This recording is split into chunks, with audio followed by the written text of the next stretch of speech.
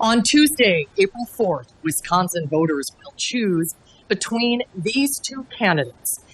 One of them will be filling a 10-year seat being vacated when Justice Pat Roggensack retires later this year. Dan Kelly graduated from Regent University Law School, worked as an attorney at various firms before establishing his own practice in 2014. Dan Kelly served as a justice on the state Supreme Court for 4 years after being appointed to the position by then-Governor Scott Walker. Janet Protasiewicz graduated from Marquette Law School.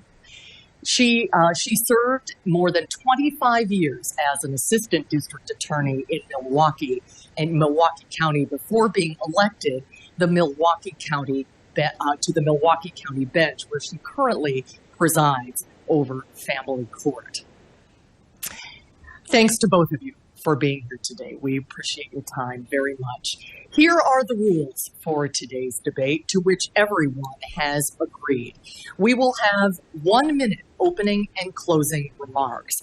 We will then we'll be asking the questions from 3 journalists. The questions will be directed at each specific candidate, who will then have 1 minute to respond. Now, the other candidate will then have 1 minute. The other candidate will have a minute to respond, and there will be an opportunity for a 30-second rebuttal if a candidate mentions their opponent by name in the response to the question. The candidates will receive time cues from a monitor, and the order of the responses for the opening and closing remarks was determined before the debate began by a coin toss, and we will begin with Judge Protasiewicz. I want to introduce you first to our panelists who will be answering the questions. J.R. Ross is the editor of WisPolitics.com. Emily Fannin, Capitol correspondent for WDJT, CBS 58 in Milwaukee, and political reporter Will Keneally of WISC-TV, News 3 Now in Madison. And we will begin with 60-second opening remarks, and we will begin with Judge Protasiewicz. Thank you very much, and thank you, everyone. I am absolutely delighted to be here with you today. I thank you so very much. Is the timer on the back supposed to be cueing us? Just want to make sure. Is there a countdown? Yes. Okay, because I'm not seeing it. I'm not seeing the countdown. It's green. And is it going to give seconds? It's just going to say the 1 minute? It'll turn. All right, so I'm sorry to take everybody's valuable time with that clarification. I was hopeful that we would have a little bit of a countdown. I'm absolutely delighted to be here with all of you today. I'm currently a judge in Milwaukee County. I have been in the Assistant District Attorney's Office for more than a quarter of a century, and I have centered my entire career on being fair and impartial and following the law and upholding the Constitution. So last year when I started thinking about this race, the reason I decided to run for this seat was really pretty simple. I thought our democracy was in peril. Time is up. Thank you. Judge Kelly. Good afternoon, everyone, and thank you so much for the hosts for doing this. Thank you for you being here and all those who are watching. I came to Wisconsin 40 years ago to study at Carolina College. Never been here before, didn't know a soul in the state. And yet when I came here, I fell in love with the people of Wisconsin on the very first day because of the very first people that I met. Young family from Sheboygan Falls, and they were the most warm, welcoming, generous people you ever hope to meet. I learned from them that Wisconsinites are the people of the open hand and generous heart. That's one of the reasons it's been such a privilege and an honor to serve you as one of your Supreme Court justices. Now, I'm looking forward to our conversation this afternoon, and I'm hopeful that it'll be helpful to you in deciding who your next Supreme Court justice ought to be. Thank you, Justice Kelly. Our first question this afternoon will be from J.R. Ross, and it is for Justice Kelly. Thank you again both for being here. Please excuse my cold. Justice Kelly, the state of Wisconsin says we face a constitutional crisis, a shortage of prosecutors and public defenders that lead to erosion of the right to a fair and speedy trial. The court in 2018 voted to increase the hourly rates for court-appointed attorneys, but declined the same for state-funded public defenders. Lawmakers have since provided a boost. That said, should the court revisit the issue and raise the state-funded public defenders again To address the shortage of representation for the accused. Yeah, I think the shortage is critical. And the question about pay belongs, of course, to the legislature. In our form of government, with the separation of powers, questions of expenditures belong to the legislature. And I think that if we do not remedy this shortfall, that the wheels of justice will start to grind slower and slower. And as a result, that'll make our communities less safe and our criminal defendants less able to present their cases when they need to. So I'm looking forward to the possibility of the legislature stepping in and being responsible with this question. Of course, that is not a decision for the court to make. That's a decision for the people of Wisconsin to make in conversation with their legislators. Thank you, Justice Kelly. Judge Protasiewicz, same question to you. I absolutely positively believe that public defenders need a higher rate of pay. You know, I just came out of criminal court. I spent 3 years handling homicide and sexual assault cases. Before that, 2 years dealing with really intense drug dealing cases.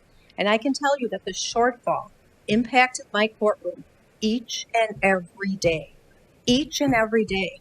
The public defender's office would send me a letter and say, "Dear Judge Janet, we contacted 700, 800, 600 potential attorneys to see if we could find someone to represent the accused, and they frequently couldn't.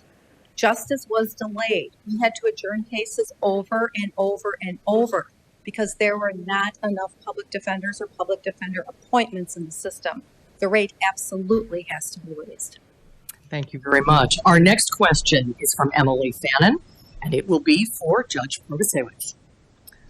Wisconsin Manufacturers and Commerce has spent more than $3 million on ads trying to prevent you from joining the court. Justice Kelly, the state Democratic Party, has transferred at least $2.5 million to your opponent in an attempt to defeat you. How can either of you hear cases involving groups so invested in defeating you? I would say this. I have been very, very clear that we need a recusal rule for our Supreme Court. Extremely clear. I'm also well aware of the amount of money that the Democratic Party has contributed to my campaign. And I have indicated and pledged that I will recuse myself from any case in which the Democratic Party is a party to a case. I think that that's absolutely critical. I would also note that I think we need a strong recusal rule. The last time this issue came before the Supreme Court, my opponent voted against even having a hearing for a recusal rule. We absolutely need a fair recusal rule for our Wisconsin Supreme Court so that the people in the state of Wisconsin can understand and trust their judiciary once again, so they can have integrity in their judiciary. We need that recusal rule, and I will recuse myself on cases involving the Democratic Party. Justice Kelly, your response. We have a First Amendment for a very good reason, and it protects a broad and robust conversation. I don't resent at all organizations trying to keep me from coming to the Supreme Court. This is what our Constitution protects. This is the best tradition of democracy in our country.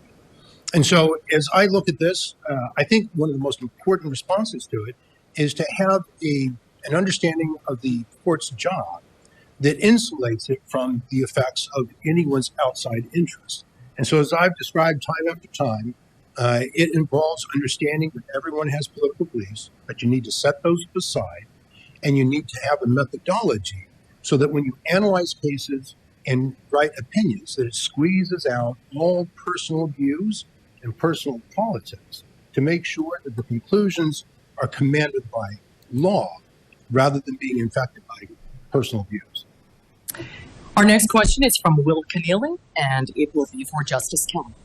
Justice Kelly, in an interview on primary election night, you said that you would not take money from the state Republican Party. After that, in an appearance after at the Wisconsin Counties Association several weeks later, you said that you would welcome the party support. Are you now accepting funds from the state GOP, and would you hear cases involving the party if elected? So I'm welcoming anyone's support. I'm not accepting funds from the state GOP. And I think one of the reasons for that is because it gives the appearance that that justice is bought and paid for by the political party. And I reject that. Now, I understand my opponent has been accepting millions of dollars from the Democratic Party of Wisconsin. And I think that presents a major problem going forward. If she were to be elected to the Supreme Court, she would forever afterwards be known as being bought and paid for by the Democratic Party of Wisconsin. And that's why, although I invite support from everyone, I won't accept funds in those kinds of quantities from the Republican Party of Wisconsin. Just briefly with 15 seconds, do you mind how defining support that you're receiving? Sure. If they want to go out and have conversations with the people of Wisconsin, encourage them to come out and vote. Now, because of our campaign finance laws, it has to be reported as an in-kind contribution. But it's really just them doing their thing as an organization. Kelly, I'm sorry, I think that's entirely good. Your response, Judge Protasiewicz. Okay, let's talk about bought and paid for and impartial. My opponent was still on the payroll of the Republican Party of the state of Wisconsin in December of 2022. My opponent went on a election, quote, fraud tour sponsored by the Republican Party with Michael Gableman, of all people, Michael Gableman, this summer and this spring. My opponent has accepted more than $120,000 in payments from the Republican Party. And the topper, the Judge real Protasiewicz, topper. That's time. Justice Kelly, you have 30 seconds for a rebuttal. Thanks so much. So first off, you obviously don't know the difference between having a client and being on a payroll. Never been on the payroll of the state party. I've had clients because, as it turns out, I'm a lawyer. And I don't know what you're talking about going on a tour with Justice Gableman. Didn't do any such thing.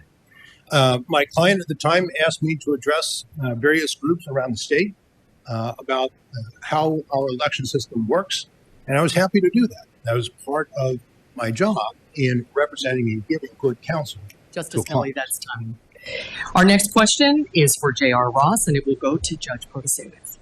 Judge Protasiewicz, you've said that you've been very careful to indicate any decision on the 849 abortion ban will be based on the law, not your personal values. Sorry. Still, Planned Parenthood and Emily's List have endorsed you in this race, and they clearly expect, if elected, you would vote to overturn the law. Why would they be spending so much money on your behalf unless they expect you to strike down that ban if elected? First of all, I would say this. I have been very clear about my values to the electorate because I think the electorate deserves to know what a person's values are rather than hiding them. I think the electorate deserves to know. I've also been very clear that any decision that I render will be made based solely on the law and the Constitution. I have told everyone I am making no promises to you. No promises. Emily's List has endorsed me. Planned Parenthood has endorsed me. I'm not aware of any campaign contribution from either of those entities. But I can tell you that if my opponent is elected, I can tell you with 100% certainty that 1849 abortion ban will stay on the books. I can tell you that. Take a look at Wisconsin Right to Life's website. There's a picture of him as their endorsed candidate with the language that he has pledged to uphold their values. Justice Kelly, your response. Yeah, that's absolutely not true. Once again, so this seems to be a pattern for you, Janet, just telling lies about me. So you don't know what I'm thinking about that abortion ban. You have no idea. These things you do not know. What I know is this. The endorsements that I receive are entirely because of conversations that I have with individuals and organizations in which they ask me, what kind of a justice will you be?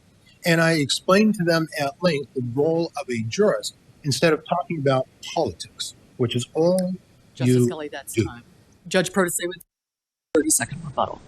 I would say anybody, pull out your phone when you're done and look at the Wisconsin Right to Life's website. You will see his picture.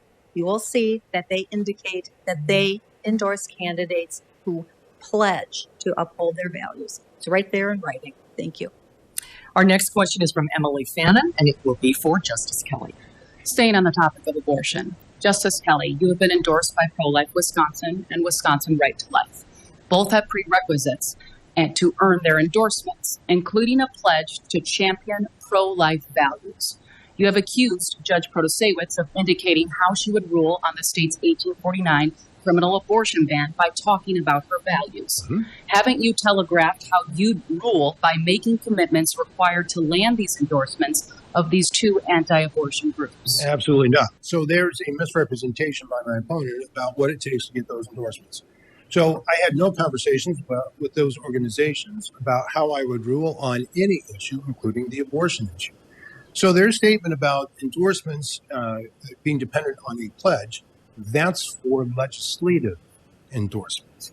I'm not a legislator because I don't talk about my politics. I understand what a court is supposed to do, and that's resolving legal questions. So those endorsements had nothing to do with the pledges that are required of those who run for political office. The conversations we had were this: will you pledge to follow the law? Will you uphold the Constitution? Will you do the job of a justice in simply using existing law to decide the cases that come before the court? And that's the same pledge I make to everyone, regardless of the issue involved that might come before the court. And so they can be confident, just like everyone else in the state, the decision would be based on the law and not politics. Judge Protasiewicz, your response. Well, my response is pretty clear. This is a big room of people. You can be the jurors. You can decide. I've told you what the website says. You've heard what he has to say. I've been also very clear about what my views are, what my personal opinion is in regard to a woman's right to choose. My personal opinion is that should be the woman's right to make the reproductive health decision, period. Justice Kelly, would you like to respond? No, that's good. Okay, our next question is from Will Keneally, and it will go first to Judge Protasiewicz. So, Judge Protasiewicz, your sentences in several criminal cases have been featured in a string of TV ads in this race. In interviews when questioned about those sentences, you said hindsight is 20/20, and that you worked with the facts available at the time in reaching those decisions. Using as an example the case where you gave no prison time to a woman who starved her child, can you explain your thought process in making those sentencing decisions? I will tell you that those commercials are unfair. My entire life has been rooted in protecting our community, and my sentences as well. I haven't sentenced hundreds, but I have sentenced thousands of people. And it's interesting that a handful of cases have been cherry-picked and selected and twisted, and insufficient facts have been provided to the electorate. I have one case where somebody reoffended. That is the case where I indicated hindsight is 20/20. I have spent my entire career protecting this community as both an assistant district attorney and as a judge. And I can tell you, I would not have been in homicide and sexual assault court for 3 years if the parties, the people, the community, and the rest of my colleagues thought I wasn't handing down sufficient sentences to take care of our community. So just with 15 seconds here, can you explain your thought process in making those sentences? Every single case, you look at the serious nature of the crime, the need to protect the public, and the character of the defendant. That is what case law tells you to look at. That is what I evaluate in each and every case. Justice Kelly, your response. There's a case in a man raped a 15-year-old. Came to you for sentencing. You said no prison time at all because COVID. There's no way that COVID provides a get-out-of-jail-free card for a man who raped a woman. Another man sexually assaulted a 13-year-old child, videoed himself doing it, posted it to Facebook, where it will live forever. Came to you for sentencing. You said no prison time. That's time. Time is up. Judge Protasiewicz, would you like rebuttal time? I can tell you that sentences take hours, sometimes half a day, sometimes a day. There is no way I would have said in any case, you're not going to prison. COVID. That's an outright lie. I can tell you each and every case where I have sentenced someone, I have evaluated all of the pertinent factors very, very carefully. I'll also tell you in sexual assault cases, those are challenging cases. Those victims frequently don't want to come to court. There are frequent recantations. It's a sophisticated area of law to work in as a judge. Our next question is from J.R. Ross, and Justice Kelly, you will go first. Justice Kelly, you'll be sharing the ballot in April, the constitutional amendment on bail reform. Why should judges receive more right up to say bail at sentencing? Well, I think it's important that the judicial system have the broadest array of tools to keep communities safe as they go about doing their business. So currently the Constitution prohibits judges from considering the defendant's criminal record, their danger to society. The constitutional amendment will take away those prohibitions and will allow judges to take those factors into account in setting cash bail. And I think that's a good and useful change, because what we're trying to do in the criminal justice system is get through the work as quickly and as efficiently as possible, but also in a way that will protect our communities as we do it. So having that ability to consider those aspects of the criminal defendants appearing before them, I think is critical. Judge Protasiewicz, your response? Yeah, I agree with that. I absolutely agree with that constitutional amendment. You know, as a judge in those courts, it's very challenging to set bail based solely on the question of whether or not the defendant is going to return to court. Absolutely, other factors should be able to be considered. I actually would go a step further, quite frankly, if I were drafting that, a step further, and allow, in certain cases, for extremely dangerous offenders to be held in custody without even being able to post bail. So I agree with it, but I'd go a step further. Our next question is from Emily Fannin, and Judge Protasiewicz, you'll go first. We're going to move on to redistricting. Judge Protasiewicz, you pledged to recuse yourself from any case involving the state Democratic Party after it transferred $2.5 million to your campaign. You said the public deserves the appearance of fairness, even if you could be impartial. Still, you said you would sit on a challenge to the current legislative maps drawn by Republicans, even though you called them, quote, rigged. If a challenge is filed, Republican lawmakers would be sure to argue those maps meet requirements under state and federal law. How could they expect to get a fair hearing from you and the appearance of fairness to the public, considering your criticism of their maps? Well, I think the map issue is really kind of easy, actually. I don't think anybody thinks those maps are fair. Anybody. In 2011, Duke University said that the Wisconsin maps are really the playbook for the worst gerrymandered maps in the country. And now they're even worse. So we know that the maps are not fair. We have battleground elections. We know they're not fair. But the question is, am I able to fairly make a decision on a case? Of course I am. It's what I've spent my entire career doing. I follow laws I don't always necessarily like or agree with. You follow the law. That's what you do. I can assure you that every single case that I will ever handle will be rooted in the law, 100%. You look at the dissent in that MAPS case. That dissent is what I would tell you I agree with. Well, Justice there you have Kelly? it. I think she's just told you how she would resolve the case. See, this is the problem that you have when you have a candidate who does nothing but talk about her personal politics. She's already told each and every one of you how she will approach this. And although she says the formulaic words that she will follow the law, she's never said one thing in this campaign that would lead to any reasonable belief that that's what she would do. See, this is a judicial election. You should be talking about things that the courts do, the Constitution, the rule of law, judicial philosophy, what it takes to be a good jurist, how you do the analysis to squeeze out personal views. Judge Protasiewicz, would you like to a 30-second rebuttal? No, thank you. Okay, our next question is from Will Keneally and Justice Kelly. You will go first. So, Justice Kelly, the majority in the redistricting lawsuit set the foundation for the maps submitted to the court.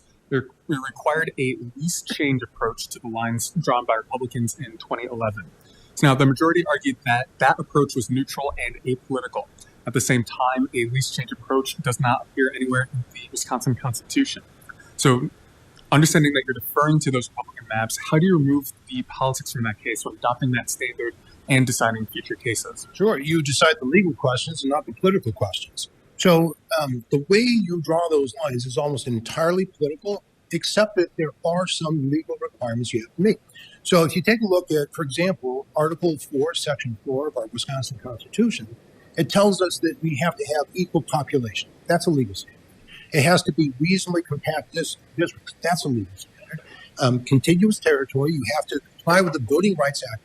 These are all legal standards, and because those are legal standards, the court can address those. So I understand the least change phraseology to express the idea that you address the legal questions that relate to the map, but leave the political questions to the legislature where they belong.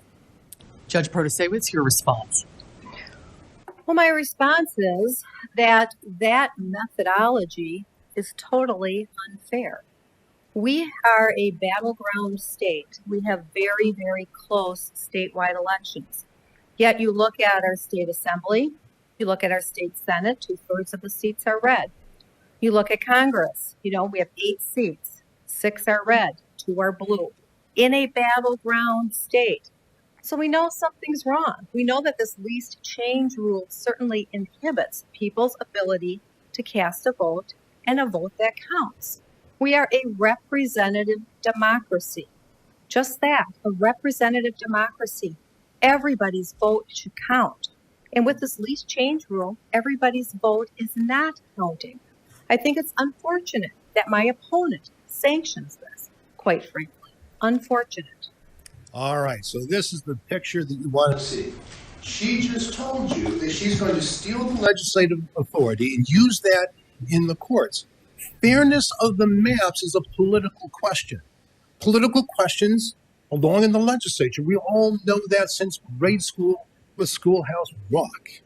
But she just told you she's going to take that authority that does not belong to her, that the people of Wisconsin did not give to the judiciary, and she's going to use that to usurp the role of the legislature. Justice Kelly, that is time. We're going to move on. The next question from J.R. Ross or Judge Protasiewicz. Judge Protasiewicz, in the past dozen years, we've seen the Supreme Court take cases involving Act 10, voter ID, drop boxes for absentee ballots, the governor's emergency powers, setting precedent. Legally speaking, what is your view on precedent established when it is overturned? Well, precedent, obviously, we all follow precedent all the time. That's what you want to do. You want people to have an ability to understand what a court is likely going to do. That's the rule of law. That's the stare decisis. That's what we all follow. But, precedent changes. Precedent changes over the years. You look back at, separate but equal, and what were we taught in grade school? No separate, always separate, never equal, right? That case was then overturned, Plessy versus Ferguson, with Brown versus the School of Education, school board. Precedent changes when things need to change to be fair and work well for absolutely, everybody in our society and everybody in our community. So, of course, we give great weight to precedent, but it doesn't mean that it doesn't change from time to time. Justice Kelly, same question to you. That answer was entirely unrooted from the law. Stare decisis is the principle that we follow decisions that have been made before to the extent that they're correct. However, if in the wrong hands, stare decisis can become an error propagation doctrine. And we should never follow an opinion that was incorrect when it was made.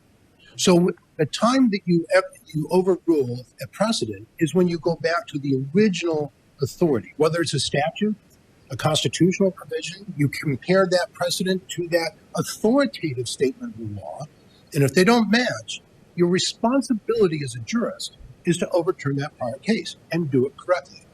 We don't want to simply follow what's been done before if we know it's wrong.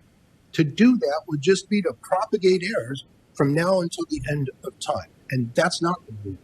And that's not the role of a court. Emily Fannin has our next question. Judge Protasiewicz, you will go first. Oh, excuse me. I'm sorry, Justice Kelly. Justice Kelly, you've said in several forums that you expect outside groups to provide significant support through campaign ads. It begs the question of how you know this. Are you or your campaign communicating with independent groups and their intentions in this race? If so, what steps are you taking to ensure you don't violate state laws that allow communications between campaigns and groups, but not coordination? Yeah, it's a great question. So we have no communication with the outside groups. So what I do is I read the press just like everybody else does, and I see the reports, and I see which organizations and individuals are saying what kind of support they're going to be bringing. And then, of course, we look at things that are also available to the public, ad buys and ad placements and whatnot, and you get a sense of how much money is coming in from that. So I listen to what's publicly said, and that's where I get the information from. Judge Protasiewicz, same question to you. That doesn't sound truthful to me. During the primary, Justice Kelly bragged that the money would be following him, that he needed to get through the primary. that the outside money, millions and millions, maybe up to $20 million, would be following him and not who he considered his opponent in the primary, Judge Doro. So I don't think that the answer that he just provided to this room, quite frankly, is truthful. And that's because you're not looking at the public record. So they've actually said that it's been reported in the newspaper. So now, again, this is you being quick to lie. This has been apparent in all of your ads against me. It's been apparent every time you speak about me. It's just full of deceit and dishonesty. And I call on you to do better. JR has the next question, and we will start with Judge Protasiewicz. Oh, excuse me. It's Will. My apologies. Will. A question on TV advertisements to you, Judge Protasiewicz. In an ad paid for by your campaign, you referred to your opponent as a monster for representing individuals who are charged with child sexual crimes. How does that factor when you see similar defendants come before you in your own courtroom? I'll tell you, that ad was meant for one reason, and that is to point out the hypocrisy of my opponent. That reason. He's going around the state telling people that I'm not tough on crime. My record belies that. I have spent my entire career protecting this community. 25 years in the district attorney's office, 10 years of handling extremely challenging, complicated cases as a circuit court judge. 3 years handling just those kind of cases that we see on TV, those homicide cases, those sexual assault cases. My only client has ever been the people of the state of Wisconsin. So when a person is doing that, certainly I am going to respond and point out that he has represented some very, very dangerous people. So thank you for your frankness. I appreciate that. So what you're telling all the state of Wisconsin is that when I tell people about what you've actually done, the sentences that are a matter of public record that they can look up, that your response to that is to lie about me, to slander me, and not only slander me, but slander all attorneys who handle criminal defense cases. What you're telling them, what you're telling all the people of Wisconsin is that you believe the criminal defense attorneys only take the cases because they like the crimes their clients are accused of committing. So your response to an accurate, fact-filled, truthful expose of your judgment, Janet, has been to lie and slander. And that's a pattern. Judge Protasiewicz, you have a rebuttal if you want. Thank you. I've built my career on integrity and being truthful. That ad points out just what I was saying earlier. I have a strong respect for the criminal defense bar. My friend who traveled with me is a criminal defense attorney last weekend as I campaigned. My campaign treasurer is a criminal defense attorney, but don't go around slamming someone on community safety when you have defended people that most of the people in this community think should be incarcerated. JR has the next question for Justice Kelly. Justice Kelly, the three liberals in the court right now have all endorsed Janet Protasiewicz. All four conservatives now in the court served with you. Yet only Justice Rebecca Bailey has publicly endorsed your campaign. Why have they not really backed your bid to join the court if they're the people who arguably know best your qualifications to justice? So I'll get to that in just a moment. I just want to follow up with that. Again, that is a remarkable answer. I want everybody to hear it. I want you to bookmark this and listen to it over and over again. So when she says that the reason she did that ad is to point out hypocrisy, there's no hypocrisy there. I represented someone who was accused of a crime. I handled a couple of pretrial matters, and I left that firm and went to the one I spent most of my career. But how is it hypocrisy, Janet, to point out your weak on crime sentences and then and have that pointed out by someone who understands and respects the role of the criminal defense attorney? But you don't respect that. Either that or you just don't care, and you're willing to say anything to get what you want. Because that ad was slanderous of the entire criminal defense bar. It did not show respect. It showed profound disrespect. I'm sorry, what was your question? So, 15 seconds. Why the people know you best not endorsing you for this race? Yeah, so most of the individuals in the so-called constitutionalist bloc of the court generally don't do public endorsements. And I don't have any problem with that. I am thrilled to have the endorsement of Justice Rebecca Bradley, who's just a rock star. Judge Protasiewicz, same question to you, and we will give you an extra 15 seconds as well. Well, I'm delighted to have the endorsements of, Justice Rebecca Dallett, who's here, Justice Jill Karofsky's here, Justice Ann Walsh-Bradley, who was not able to join us today, and so many other people, thousands of people across our entire state, community leaders, judges, attorneys, people across our entire state have banded together to endorse my candidacy. And the reason that they have done so is because they believe that I am fair, they believe I am impartial, and they believe I will uphold the law and apply it equally to everyone. That is time. Thank you. Our next question is from Emily Fannin, and we will begin with Judge Protasiewicz. Judge Protasiewicz, you applied for a judicial appointment twice while Scott Walker was governor. In your applications, you praised conservative jurists such as Pat Rovensack, Antonin Scalia, and Clarence Thomas for their writings advocating against expanding the rights of the accused. Do you truly align with their thinking in the cases you cited, or were you seeking to gain favor with a Republican governor who was making the appointment at that time? I absolutely agree with what I said in that application. I carefully selected cases that I thought would be appropriate and also talk about what I think in regard to community safety. Those are community safety cases. I agree with the justices that rendered those decisions.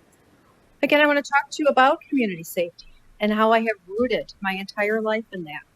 I want to respond to Dan Kelly's latest comment. I've told you I've sentenced not hundreds, but thousands of people. I know the Republican Party of the state of Wisconsin did an open records request for every case that I touched. And they found a handful that they thought they could use in commercials and use against me. I haven't heard anything about the people that I've sentenced to life terms of imprisonment. I haven't heard anything about people that I've sentenced to decades of imprisonment. I haven't heard anything like that. All I've heard is a sketch of a handful of cases that they thought they could use against me. Justice Kelly, same question. How would you like me to address that? I mean, this is, look, once again, take you up on your cue here, Janet. There's not enough time in this debate. There's not enough time left in the campaign to detail every single one of your cases. So necessarily, people will have to pick out representative ones. But it's the reasoning that goes behind those sentences that's problematic.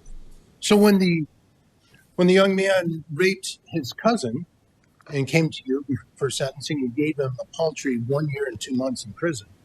And then you looked at him, and this is in the sentencing transcript, after the victim had testified how she couldn't work anymore, how she sobbed every day, how her boyfriend had abandoned her as, quote, damaged goods.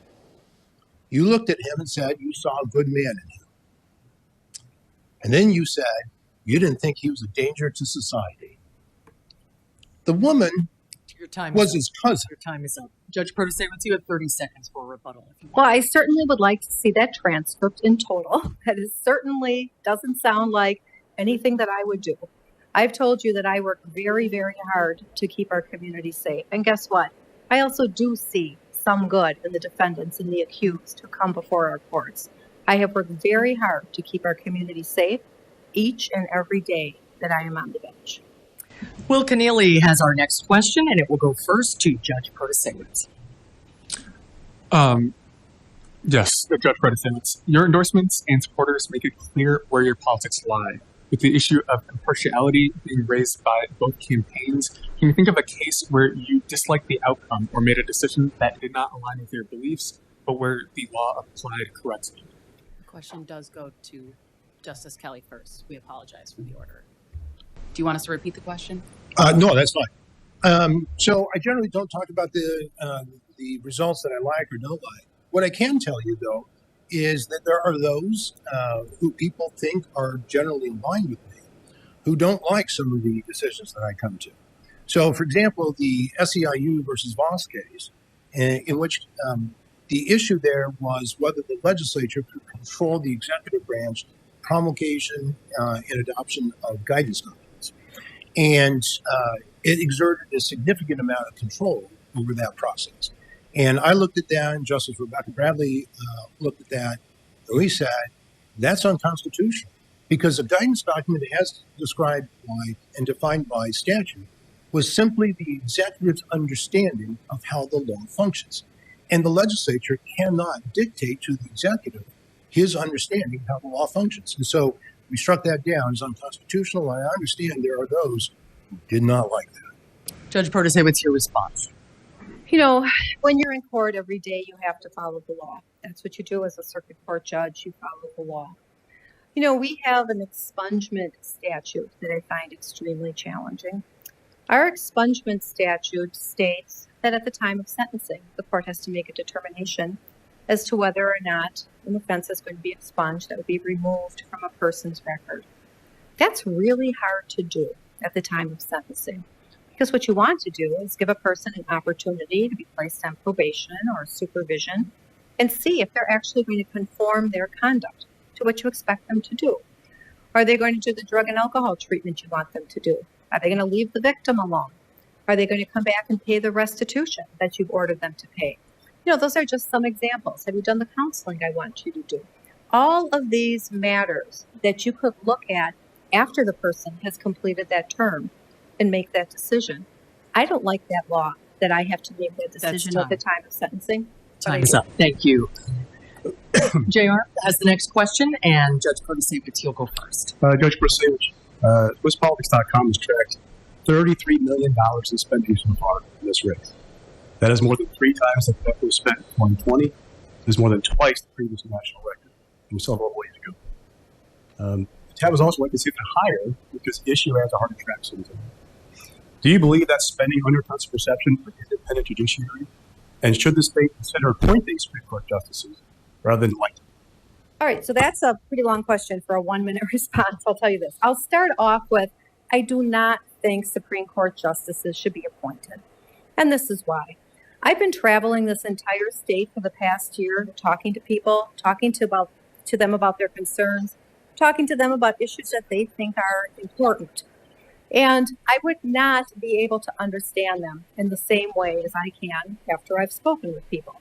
You know, I've talked with Native Americans on their reservations about how they feel about their land. I've talked with people who own small farms and tell me how they want to pass that farm. It's their only progeny down, generation to generation, but they can't do it if the forever chemicals are in the soil. So I think that, you know, it's a long, bruising process running for one of these seats. We're both doing this for almost a year. It's a long process. I can't think of a better way to do it, though. I really just can't. Justice Kelly, your response. So I like the idea that servants, and that's what we are servants, and you all are the bosses. I like the idea that the servants need to come back regularly to their bosses and give a report on what they've done with the authority that they were loaned. Because that's all we do. We use loaned authority to decide your cases. And in the judiciary, it is loaned to us to decide legal questions. It's not for us to have political conversations. It's for us to decide legal questions. The founders set this up so that we separated the law-making function from the law-adjudicating function. And so the conversations we have should follow that. I don't have any problem with the outside groups coming in, having the conversation.